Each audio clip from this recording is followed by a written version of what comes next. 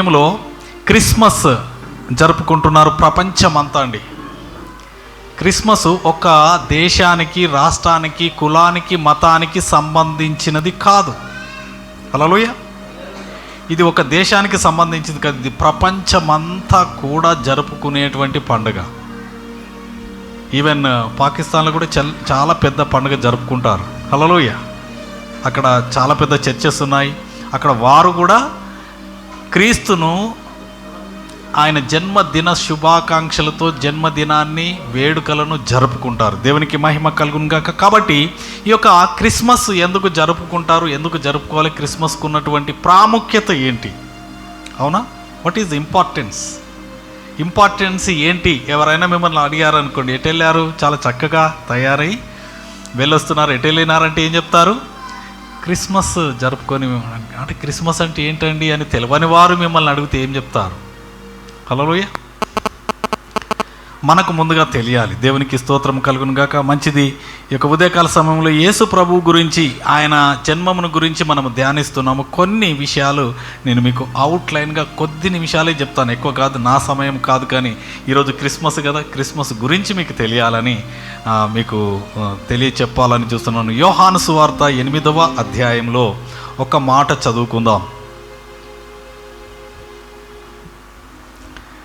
యోహాను సువార్త 8వ అధ్యాయము 12వ వచనము. మన మధ్యలో ఉన్న సిస్టర్ మైక్లు చదువుతారు. మైక్ దగ్గర పెట్టుకోండమ్మా. యోహాను సువార్త 8:12. మరల యేసు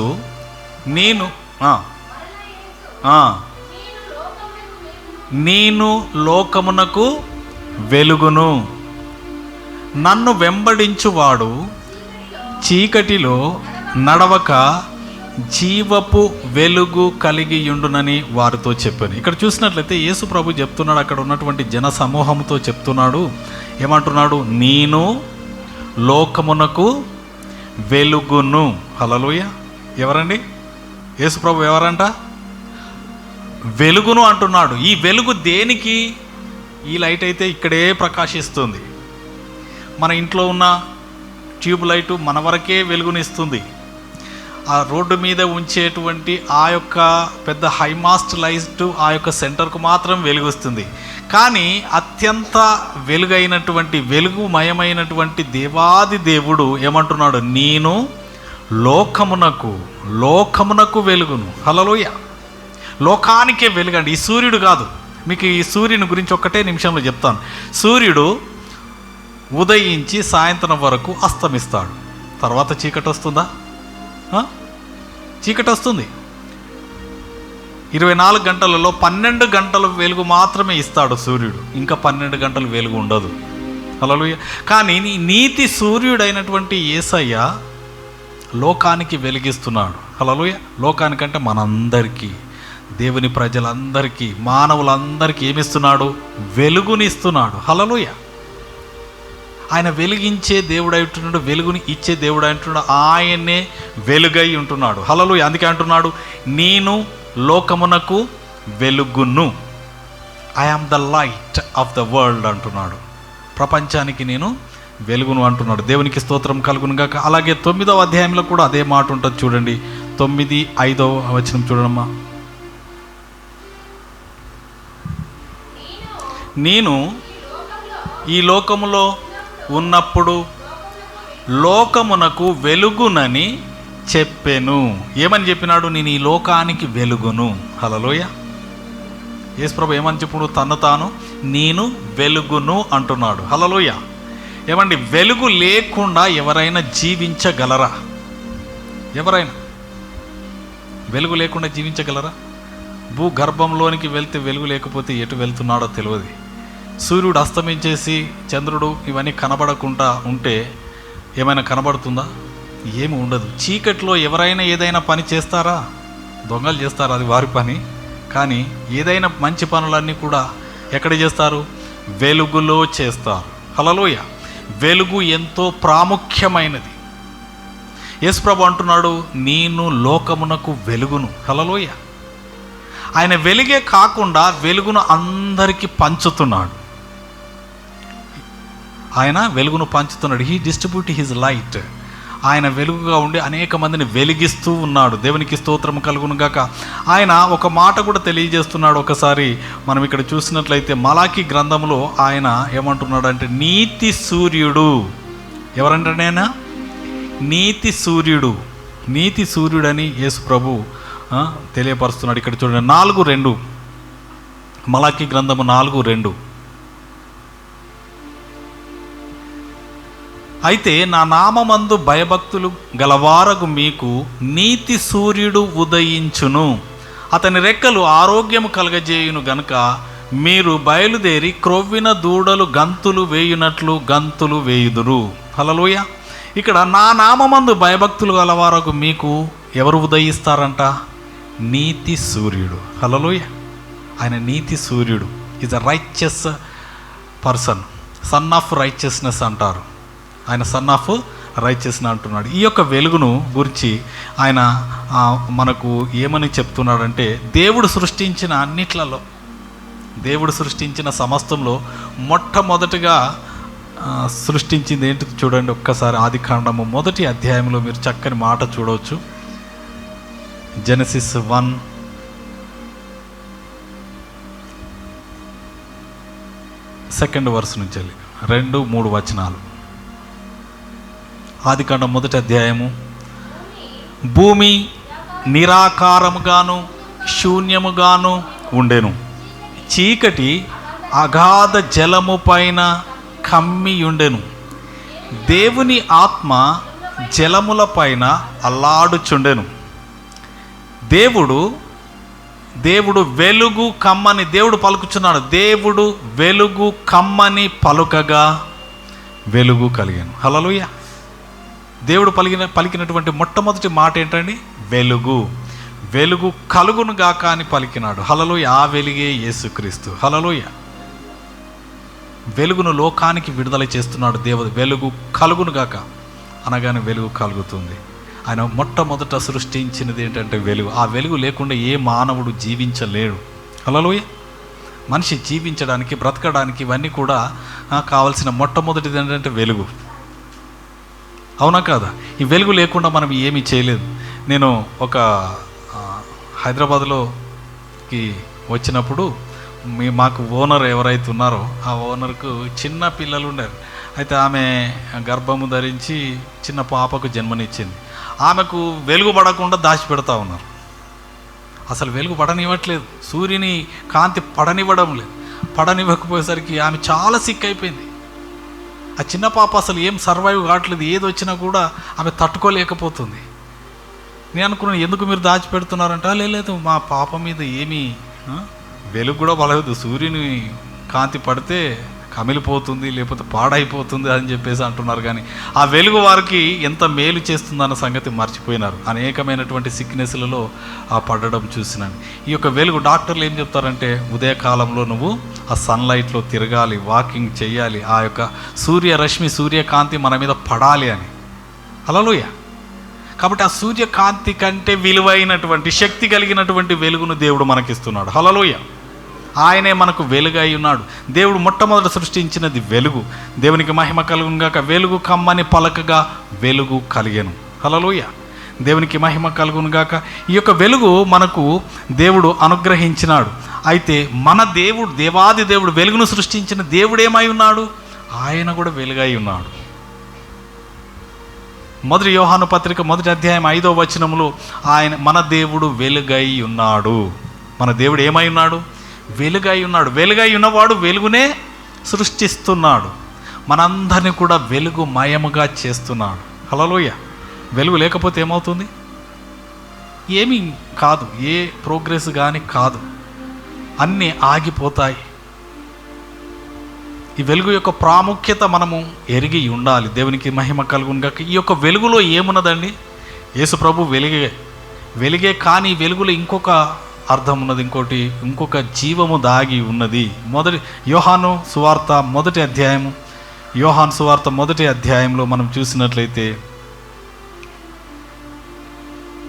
4వ వచనం చూడమ్మా. ఆయనలో జీవముండెను, ఆ జీవము మనుష్యులకు వెలుగై ఉండను. ఈ వెలుగులో ఏమున్నది? జీవమున్నది. హల్లెలూయ. ఆ జీవములో వెలుగున్నది. హల్లెలూయ. వెలుగు జీవము కలిసి ఉన్నాయి. ఆ వెలుగును ప్రకాశిస్తుంది ఆయన యొక్క జీవం. హల్లెలూయ. జీవం లేకపోతే ఏమైపోతుంది? పాడైపోయిందని, నశించిపోయిందని అనేకంగా మనం చెప్పవచ్చు దాని గురించి. కానీ ఇక్కడ చూసినట్లయితే ఆయనలో జీవముండెను, ఆ జీవము మనుషులకు వెలుగై ఉన్నది. మనకు వెలుగునిచ్చేది ఆయన యొక్క జీవము. ఆయన జీవము చేత మనల్ని నింపడానికే యేసు ప్రభు పరలోకం నుండి దిగి వచ్చినాడు. అందుకని నేను ఏమంటున్నాడు? లోకమునకు వెలుగై ఉన్నాడు. ఆ వెలుగే కాదు, వెలుగు మనకు జీవం ఇస్తుంది. జీవం లేకపోతే మనిషిని ఏమంటారు? చనిపోయినారు, ప్రాణము పోయింది అంటారు. ఆ ప్రాణమును ఇచ్చేది ఏంటి? యేసు ప్రభు యొక్క వెలుగు అయి ఉంటున్నది. ఆ వెలుగులో జీవం ఉన్నది. ఆ జీవం చేత మనము జీవింపబడి మనము ముందుకు కదులుతున్నాం, మాట్లాడుతున్నాం, అని జరిగిస్తున్నాం. జీవం లేకపోతే మృతమైనది అంటున్నాడు. మృతమైనదిగా దేవుడు ఏది చేయలేదు. దేవుడు ఏది చేసినా సజీవమైనటువంటి తన జీవాన్ని వాటిలో ఉంచినాడు. హల్లెలూయా. మీరు చెట్లను చూడండి, చెట్టుకు జీవం లేకపోతే ఎండిపోతుంది. కొన్ని చెట్లకు కొన్ని కొమ్మలు ఎండిపోతాయి. ఎందుకు? వాటికి సప్లై లేదు, వాటికి జీవము లేదు. కాబట్టి వాటిని తీసివేస్తారు. పనికి రానిది ఏమైపోతుంది? తీసి పడేయబడుతుంది.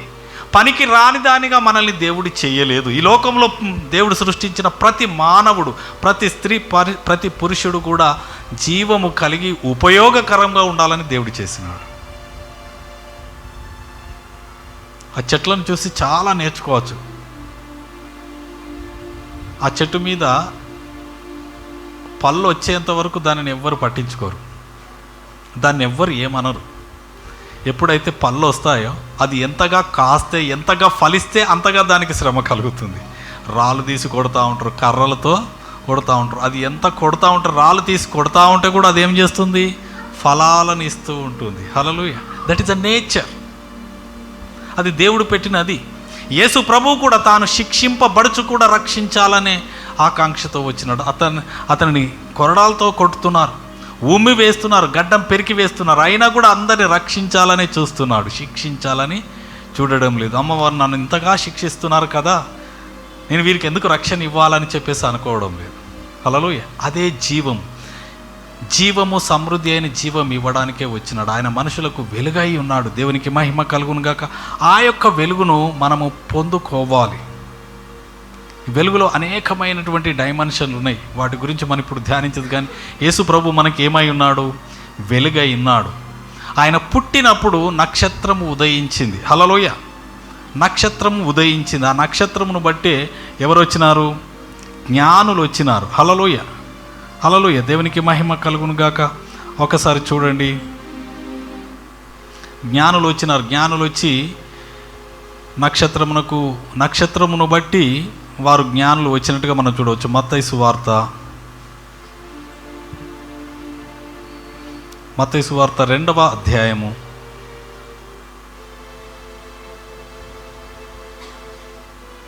9వ వచనం. 2:9. మత్తయి సువార్త 2:9. వారు రాజు మాట విని బయలుదేరి పోవుచుండగా, ఇదిగో తూర్పు దేశమున వారు చూచిన నక్షత్రము ఆ శిశువు ఉండిన చోటికి మీదుగా వచ్చి నిలుచు వరకు వారికి ముందుగా నడిచాను. హల్లెలూయా. ఆ నక్షత్రం ఏం చేసింది? శిశువు ఉన్న దగ్గరికి నడిపిస్తుంది. ఆ నక్షత్రం మనకు డైరెక్షన్ చూపిస్తుంది, దారి చూపిస్తుంది. హల్లెలూయా. అనేక మంది దారి తెలియక, అంటే వారి యొక్క గురి గమ్యం ఏంటియో తెలియక సతమతం అవుతున్నారు. మన జీవితంలో ఎందుకు జీవిస్తున్నాము, ఎందుకు మన బ్రతుకుతున్నాము, మన గురి ఏంటి, మన గమ్యం ఏంటి, మన జీవిత లక్ష్యం ఏంటిది అనేది తెలియకుండా ఉన్నారు. హల్లెలూయా. అందుకనే సామెతల గ్రంథంలో where there is no vision people perish అంటాడు. అంటే విజన్ లేకపోతే, గురి లేనివాడు కట్టు తప్పిపోతాడు, ఎక్కడికి వెళ్తున్నాడో తెలియదు. ఈ గురి తెలియక అనేక మంది సతమతం అవుతున్నారు. అలాగే జ్ఞానులకు కూడా ఎక్కడికి వెళ్ళాలి, ఎలా వెళ్ళాలో తెలియదు. యేసు ప్రభు పుట్టినాడని తెలుసు, కానీ ఎక్కడికి వెళ్ళాలి, ఎలా వెళ్ళాలి తెలియనప్పుడు ఏమి చూపిస్తుంది? ఈ నక్షత్రము దారి చూపిస్తుంది. హల్లెలూయ. మరొకసారి చూడమ్మా. తూర్పు దేశమున వారు చూచిన నక్షత్రము ఆ శిశువు ఉండిన చోటికి మీదుగా వచ్చి నిలిచు వరకు వారికి ముందుగా నడిచెను. హల్లెలూయ. ఆ నక్షత్రము నడిపిస్తూ ఉన్నది. నడిపిస్తూ ఉంటే ఆ మార్గంలో వారు ముందుకు సాగిపోతున్నారు. హల్లెలూయ. హల్లెలూయ. దేవునికి మహిమ కలుగును గాక. దేవుడు మార్గం కలగజేస్తాడు, మనల్ని నడిపిస్తాడు. ప్రభా నన్ను నడిపించు ప్రభా, నా లక్ష్యం ఏంటి, నా గురి ఏంటి, నా గమ్యం ఏంటి అంటే వెలుగై ఉన్న దేవుడు తన నక్షత్రాన్ని, తన వెలుగును మనకు చూపించి మనం నడవలసిన చోటికి నడిపిస్తాడు, మన గమ్యానికి చేరుస్తాడు. దేవునికి మహిమ కలుగును గాక. ఈ యొక్క నక్షత్రము దారి చూపిస్తుందండి. నక్షత్రానికి వెలుగు ఉంటుందా లేదా? వెలుగుంటుందా? నక్షత్రాలు చూస్తున్నారు ఎవరైనా? పైన స్టార్స్ ఉంటాయి, అవి కూడా వెలిగిస్తాయి. అవి ఎన్నో వేల కోట్ల కిలోమీటర్ల దూరంలో ఉన్నాయి, అయినా కూడా అవి వెలిగిస్తున్నాయి. అయితే ఈ యొక్క యేసు ప్రభువు యొక్క పుట్టుకలో ఆ నక్షత్రం ఉదయించి ఈ యొక్క జ్ఞానులకు మార్గము కలగజేస్తున్నది. దేవునికి మహిమ కలుగును గాక. ఈ దినము, ఈ యొక్క క్రిస్మస్ దినమున దేవుడు మనకు మార్గము చూపించడానికే ఈ లోకంలో ఉదయించినాడు, పుట్టినాడు. హల్లెలూయా. గురి గమ్యము తెలియకుండా మనం ఎటు వెళ్తున్నామో అర్థం కాని పరిస్థితుల్లో just SIT, especially young people, యవనస్తులు, వారి గురి గమ్యము తెలియకుండా ఉన్నారు. 10th క్లాస్ కాగానే ఏమొస్తుందండి? 10th వరకు ఒకటే దారి, ఒకటే మార్గం, అందరూ అది వరకు అంటారు. 10th తర్వాత ఏముంటుంది? ఇంటర్మీడియట్లో MPC, BiPC, MEC, CEC, AEC పోవాలనో తెలియదు, ఏమి చేయాలనో తెలియదు, వారి జీవిత లక్ష్యం ఎటు వెళ్ళాలనో తెలియదు. అనేక మంది ఉన్నారు.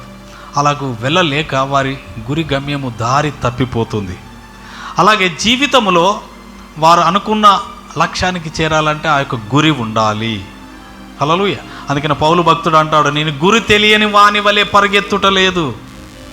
ఆయనకు గురి తెలుసు, ఆ గురి వైపే పరిగెత్తుతున్నాడు, గురి యొద్దకే పరిగెత్తుతున్నాడు. హల్లెలూయా. గురి తెలియని వాడు ఎటు వెళ్తున్నాడో తెలియదు. కాబట్టి మనము గురిని గురించి అడగాలి, మన గమ్యమును గురించి, మన లక్ష్యమును గురించి అడగాలి. యేసు ప్రభు లోకంలో వెలుగుగా వచ్చినాడు. ఆయన వెలుగుగా వచ్చి అందరిని వెలిగించడానికి, హల్లెలూయా, మానవులందరికీ వెలుగును ప్రకాశింపచేయడానికి, ఆయన వెలుగు చేత ప్రతి ఒక్కరిని నింపడానికి. హల్లెలూయా. ఎంతమంది అంధకారంలో ఉన్నారు అనేది నేను నొక్కి ఏం చెప్పగాని, ఏదైనా సమస్య వచ్చినప్పుడు ఏమవుతుంది? ఏమి చేయాలో అర్థం కాదు. అదే అంధకారం. కన్ఫ్యూజన్లో పడిపోతామా? అదే అంధకారం. మనల్ని కన్ఫ్యూజ్కి గురి చేసేదే అంధకారం. ఆ అంధకారంలో ఒకటే మాట్లాడగల, ప్రభా నువ్వు లోకానికి వెలుగై ఉన్నానని చెప్పినావు కదా, నాకు ఈ సమస్యలో నాకు వెలుగును ప్రకాశించు, నా దారి చూపించు ప్రభువా, ఏ మార్గంలో వెళ్ళాలి, ఏ త్రోవలో వెళ్ళాలి, ఎక్కడికి వెళ్ళాలి, ఎలా వెళ్ళాలి నాకు చూపించు ప్రభు అంటే దేవుడు స్పష్టంగా చూపిస్తాడు. హల్లెలూయా. మహాజ్ఞానులే అడిగినారు. వారు అడిగితేనే ఆ నక్షత్రం వారికి ప్రత్యక్షమే వారికి ఏం చేసింది? దారి చూపి యేసు ప్రభు ఉన్న స్థలము వరకు వచ్చిందండి. నీకు నాకెందుకు రాదు? హల్లెలూయా. నేను నిన్నటి దినంను కూడా చెప్పినాను. మొట్టమొదట యేసు ప్రభు యొక్క ప్రత్యక్షత ఎవరికి కలిగింది? యేసు ప్రభు పుట్టినాడని గొల్లలకు, ఏమి తెలియని వారికి, చదువు సంధ్య లేని వారికి, వెలివేయబడిన వారికి, ఊరవతల ఉన్న వారికి మొట్టమొదట ప్రభు యొక్క సందేశమును, రక్షణ సువార్తను, మీ కొరకు రక్షకుడు ఉదయించినాడని చెప్పేసి గొల్లలకు, ఎలాంటి ఆధిక్యత లేనటువంటి ప్రజలకు దేవుడు తన ప్రత్యక్షతను ఇచ్చినాడు. అయితే వారు నమ్మి యేసు ప్రభు దగ్గరికి వచ్చినారు.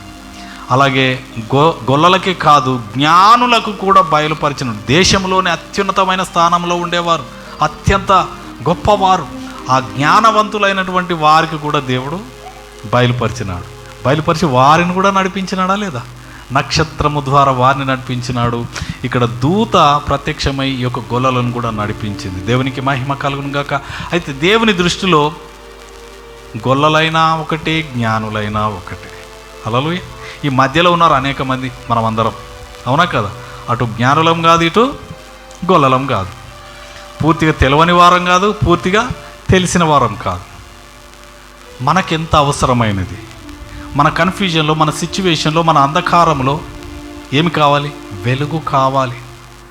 ఏమి కమ్మున్నదండి ఈ లోకానికి? అసలు ఒకసారి చూడండి 60వ అధ్యాయం యెషయా గ్రంథం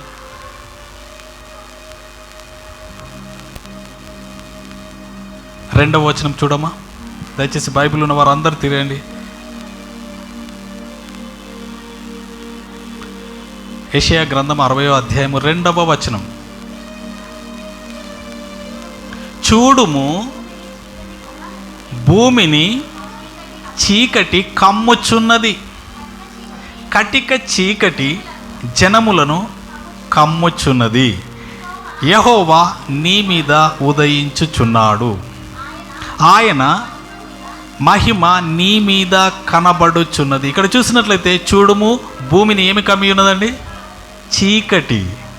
భూమిని చీకటి కమ్మి వేసింది, అంధకారము కమ్మి వేసింది. ఈ అంధకారంలో ఉన్నవారికి ఏమి కావాలి? వెలుగు కావాలి. హల్లెలూయా. ఆ వెలుగే యేసు ప్రభువు. ఆయన ఈ లోకానికి ఎలా వచ్చినాడు? వెలుగుగా వచ్చినాడు. నీ లోకమునకు వెలుగును అని చెప్పేసి అంటున్నాడు. చీకటిలో ఉన్నవారికి వెలుగుని ఇవ్వడానికే ఆయన వచ్చినాడు. హల్లెలూయా. ఇంకా చూడండి, కటిక చీకటి ఎవరిని కమ్ముతున్నది? చదవలమ్మా. కటిక చీకటి జనములను, జలములు కాదు, జనములను అంటే ప్రజలను కమ్ముచున్నది. ఏమి చేయాలో, ఎటు వెళ్ళాలో అర్థం కాని పరిస్థితుల్లో ఉన్న అనేక మందికి వెలిగివ్వడానికి యేసు ప్రభు వచ్చినాడు ఇక్కడ. అందుకనే కటిక చీకటి జనములను కమ్ముచున్నది, భూమిని కూడా చీకటి కమ్ముతున్నది. ఈ చీకటి కమ్మిన ప్రాంతాలలో వెలుగు కావాలి. హల్లెలూయా. వెలుగు కావాలి. వెలుగు లేకుంటే వ్యర్థము. మనం దేవునికి మహిమ కలుగునుగాక. ఈ వెలుగు ఇవ్వడానికి వచ్చినాడు. ఇక్కడనే చూడండి ఎలాంటి వారికి. 60వ అధ్యాయము 1వ వచనం చూడమ్మా. 61 యెషయా గ్రంథం 61 1వ వచనం. ఆత్మ నా మీదికి వచ్చి ఉన్నది, ప్రకటించుటకు యెహోవా నన్ను అభిషేకించెను, నలిగిన హృదయము గలవారిని దృఢపరచుటకు. ఒక్కొక్క వచనాన్ని నేను సింపుల్గా ఎక్స్ప్లెయిన్ చేస్తాను. నలిగిన హృదయము గలవారిని దృఢపరచుటకు. నలిగిపోయి ఉన్నామండి అనేకమైనటువంటి జీవిత సమస్యల చేత, కుటుంబ సమస్యల చేత, మనకున్నటువంటి పరిస్థితుల చేత మనం ఏమైపోయినాము? నలిగిపోయినాము. మన హృదయము నలిగిపోయింది. ఈ నలిగిపోయిన వారికి ఏమి కావాలి? వారిని ధైర్యపరచాలి, వారికి ధైర్యము చెప్పాలి. ధైర్యము చెప్పడానికే యేసు ప్రభువు వచ్చినాడు. ప్రభువగు యెహోవా ఆత్మ నా మీదికి వచ్చింది. ఆత్మ వచ్చింది ఎందుకు అనంటే నలిగిపోయిన వారిని దృఢపరచడానికి. అలాగే చూడమ్మా, 2వది చెరలోనున్న వారికి విడుదల. చెరలో ఉన్నాం, ఎటు కదలాలో తెలియదు. అన్ని టాలెంట్స్ ఉన్నాయి, అనేకమైన జ్ఞానం ఉన్నది, శక్తి ఉన్నది, సామర్థ్యం ఉన్నది, కానీ కదలలేకపోతుండం. ఎక్కడున్నాము? బంధకాలలో ఉన్నాము, చెరసాలలో ఉన్నాము, బార్స్ లోపల ఉన్నాము. చెరలో ఉన్నవాడు ఏమైనా చేస్తాడా? చెరసాలలో జైల్లో ఉన్నాడు ఏమైనా చేస్తాడా? ఏమి చేయలేడు. వాడికి ఎంత శక్తి ఉన్నా, బలం ఉన్నా, జ్ఞానం ఉన్నా, ఏమి చేయలేడు. అలాంటి బంధకాలలో బంధింపబడిన వారికి ఏం చేస్తే, చెరలో ఉన్నవారికి ఏం కావాలి? విడుదల కావాలి. విడుదల చేసేది దేవుడై ఉంటున్నాడు. ఇంకొకటి చూడండి, బంధింపబడిన వారికి విముక్తి ప్రకటించుటకు. ఆ బంధకాలలో ఉన్నవారికి విముక్తిని ప్రకటించడానికి యేసు ప్రభు వచ్చినాడు. ఇంకొకటి చూడండి, యెహోవా హితవత్సరమును మన దేవుని ప్రతిదండన దినమును ప్రకటించుటకు, దుఃఖాక్రాంతులందరినీ ఓదార్చుటకు. హల్లెలూయా. ఎంతమంది దుఃఖంతో ఉన్నారని? దుఃఖం రాంది ఎవరికైనా ఉందా? ఏదో ఒక పరిస్థితిలో వస్తుంది, అంతే. కన్నీరు వస్తుంది, కానీ కన్నీటిని తుడిచేవారు ఎవరు? హల్లెలూయా. మన యేసయ్య. ఈ దుఃఖక్రాంతులు అందరూ ఏం చేస్తారు? ఓదారుస్తాడంట. అందుకనే ప్రభు దగ్గరికి రావాలి. ఓదార్చే దేవుడు లేరండి ఈ లోకంలో. చెరసాలలో ఉన్నవారిని విడిపించేవారు లేరు. యేసు ప్రభు దగ్గరికి అనేక మంది ఎందుకు రాలేకపోతున్నారంటే వారు బంధకాలలో ఉన్నారు. హల్లెలూయా. అంధకారంలో, బంధకాలలో ఉన్నారు. హల్లెలూయా. ఒక్కసారి చూడండి మత్తయి సువార్త, మత్తయి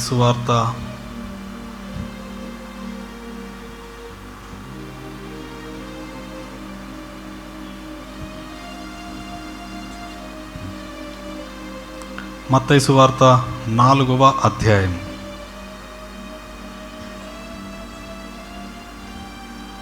16వ వచనం చూడము. 16వ వచనం చదవండి గబగబా. 4:16. యోహాను చెరపట్టబడనని యేసు విని గలిలయకు తిరిగి వెళ్ళి నజరేతు విడిచి జెబులూను నఫ్తాలి అను దేశముల ప్రాంతంలో సముద్ర తీరమందలి కపెర్నహూమునకు వచ్చి కాపురముండెను. జెబులూను దేశమును నఫ్తాలి దేశమును యోర్దానుకు ఆవలనున్న సముద్ర తీరమున అన్యజనులు నివసించు గలిలయయు చీకటిలో కూర్చుండియున్న ప్రజలకు గొప్ప వెలుగును చూచిరి. అరణ్య ప్రదేశములోను మరణ ఛాయలోను కూర్చుండి ఉన్న వారికి వెలుగు ఉదయించెను. హల్లెలూయా. ఎక్కడున్నారు వీరు? మరణ ఛాయలలో ఉన్నారు, చీకటిలో ఉన్నారు, ఎడ్జ్ ఆఫ్ డెత్లో ఉన్నారు, మరణం అయిపోతున్నారు. ఏమో తెలియదు వారికి వెలుగు లేదు. అలాంటి వారికి వెలుగివ్వడానికే యేసు ప్రభు ఈ లోకమునకు వెలుగుగా వచ్చినాడు. హల్లెలూయా. క్రిస్మస్ ఎందుకు జరుపుకోవాలి అంటే, ఏ దినము జరుపుకోవాలి, ఏ దినమున పుట్టినాడనే అనేకమైన డిబేట్లు ఉన్నాయి. అవన్నీ పక్కన పెట్టండి. హల్లెలూయా. మనం అంధకారంలో ఉన్నప్పుడు వెలుగు వచ్చిందా లేదా? హల్లెలూయా. మనం కలవరంలో ఉన్నప్పుడు మనల్ని దృఢపరిచినాడా? అది కావాలి. బంధకాలలో ఉన్నప్పుడు మనల్ని విడిపించినాడా? అది కావాలి. కానీ అనవసరమైన డిబేట్లు కాదండి. యేసు ప్రభు ఎప్పుడు పుట్టినాడు కానీ మన హృదయంలో పుట్టినాడు, మనల్ని విడిపించినాడు అనేది అది గొప్ప. హల్లెలూయా. కన్ఫ్యూజన్లో ఉండి, అంధకారంలో ఉండి, భయంలో ఉన్నప్పుడు మనల్ని ధైర్యపరచడానికే యేసు ప్రభు పుట్టినాడు. అందుకే ఇక్కడ చాలా చక్కగా వారు ఎక్కడ కూర్చున్నారంటే చీకటిలో కూర్చున్నారు, అంధకారంలో కూర్చున్నారు, మరణ ప్రదేశంలో కూర్చున్నారు. కూర్చొని వారు భయపడుతూ ఉన్నారు, అలాగే మరణ ఛాయలో ఉన్నారు. హల్లెలూయా. దేవునికి మహిమ కలుగును గాక. చివరిగా యేసు ప్రభు ఈ లోకానికి వచ్చి ఇవన్నీ చేసినాడు, ఓకే. కానీ మనల్ని ఏం చేసినాడో తెలుసా? మీరేమై ఉన్నారో తెలుసా? వినాలి ఇటు. హల్లెలూయా. దేవునికి మహిమ కలుగును గాక. చివరిగా చూడండి, బైబిల్ గ్రంథం అందరు తెరిచి చూడండి. మత్తయి సువార్త 5వ అధ్యాయము 14వ వచనం. మీరు లోకమునకు వెలుగై ఉన్నారు. ఏమై ఉన్నారండి మీరు? హల్లెలూయా. మీ పక్క వాళ్ళకి చెప్పండి, ఏమై ఉన్నారు? మనం ఎవరం? వెలుగు. హల్లెలూయా. దేవాది దేవుడు వెలుగై ఉండి మనల్ని వెలిగిస్తున్నాడు. మనమేమై ఉన్నాము? మనము వెలుగై ఉన్నాము. ఈ వెలుగును మనము అనేక మందికి ఇవ్వాలి, వెలిగించాలి. హల్లెలూయా. మనం ఇప్పుడు డేలో జరుపుకుంటున్నాం కాబట్టి క్యాండిల్ లైట్ సర్వీస్ మనం నడుపుకోవట్లేదు. క్యాండిల్ లైట్ సర్వీస్ యొక్క అర్థం ఏంటి తెలుసా? ఒక క్యాండిల్ చేత మీరు 100 లక్ష ఎన్నైనా వెలిగించవచ్చు. హల్లెలూయా. మనం వెలిగింపబడి అనేక మందిని వెలిగించాలి. అదే క్రిస్మస్. హల్లెలూయా. చీకటిలో ఉన్న అనేక మందిని వెలిగించాలి, వెలుగులోనికి నడిపించాలి. అదే క్రిస్మస్. హల్లెలూయా. మన మాట కానీ, మన ప్రవర్త కానీ, మన కౌన్సిలింగ్ కానీ, మనం ధైర్యం చెప్పి మన మాట ఎదుటి వారిని వెలిగించాలి. హల్లెలూయా. శక్తితో ఉన్నవాడిని ఏం చేస్తారు? మీరు డబ్ల్యూ ఫైటింగ్లు చూస్తారా? అందరూ చూస్తారు. ఏమంటారు? ఆ ఫైటింగ్కు ముందు ఏం చేస్తారు? మాట్లాడుకుంటారు, బూతులు మాట్లాడుకుంటారు. మాటల చేత ఎదుటి వారిని కృంగ చేస్తారు, మాటల చేత వారిని కృషించిపోయేలాగా చేస్తారు, వారిలో ఉన్నటువంటి శక్తిని సన్నగిల్ల చేసి అప్పుడు వారు ఫైట్ చేస్తారు. ఈ మాటలకు అంత శక్తి ఉన్నది. హల్లెలూయా. కానీ నీ మాటలు, నా మాటలు గొప్ప వెలుగును కలగజేస్తాయి. హల్లెలూయా. ధైర్యం లేని వారికి, భయపడుతున్న వారికి, ఇక మరణ ఛాయలో ఉన్నారు, నాకు ఏ దిశ దిక్కు లేదు, నాకు ఏ మార్గం లేదు అనుకునే వారికి మార్గం చూపిస్తారు. హల్లెలూయా. అందుకే దేవుడు మనల్ని వెలుగుగా చేసినాడు. ఈ క్రిస్మస్లో మనం వెలిగింపబడి అనేక మందిని వెలిగించాలి. హల్లెలూయా. చూడండి, లోకంలో చూసినట్లయితే ఎవరు ఏం చేస్తున్నారో వాళ్ళకే తెలియదు. కానీ మనకు తెలుసు మనం ఏం చేస్తున్నాం, ఏం కథ. నశించిపోతున్నావు, దాన్ని వెతికి రక్షించడానికి యేసు ప్రభు వచ్చినాడు. వచ్చి మనకు ఒక బాధ్యతనిచ్చినాడు. ఎవరైతే నశించిపోతున్నారో వారికి ఒక మాట చెప్పండి. హల్లెలూయా.